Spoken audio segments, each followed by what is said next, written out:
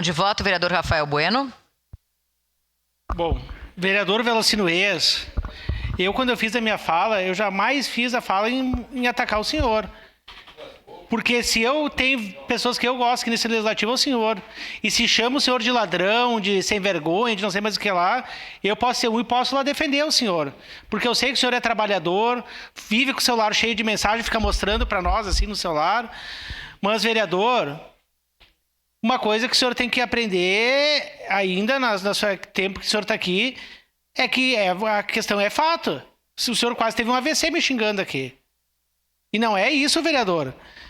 O senhor sabe, o senhor foi subprefeito do Alceu, o senhor aprendeu como é trabalhar nas obras lá. Inclusive o prefeito Adiló agora. 5 tanques de contenção.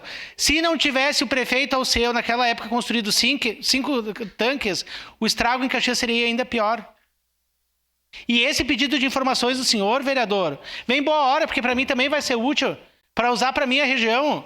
Porque o prefeito Adiló foi lá e prometeu, em 2 oportunidades, que será construído 2 tanques de contenção no bairro Cristo Redentor. Agora, vereador, quando o senhor fala sobre a questão de projetos, enfim, eu estava lendo, ontem veio o secretário de transporte aqui, que para mim é um dos piores secretários na história de Caxias. Não consegue nem trocar uma parada de ônibus de lugar e nem pintar cordão. Faz 1 ano que as paradas de ônibus, 1 ano e meio não consegue trocar as paradas de ônibus. Tá? Aí quem levantou esse assunto foi o Felipe Gremelmaier. Ele é o dono aqui da pauta. Nem citou o vereador Felipe Gremelmaier. A Denise Pessoa foi uma das maiores articuladoras, que inclusive o vereador Bressan fala aqui, ele nem para citar.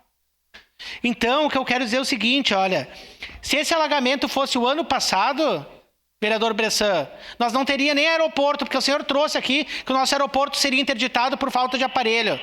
Tá? Então, acho que a gente tem que fazer um pedido de informações também do aeroporto de Caxias.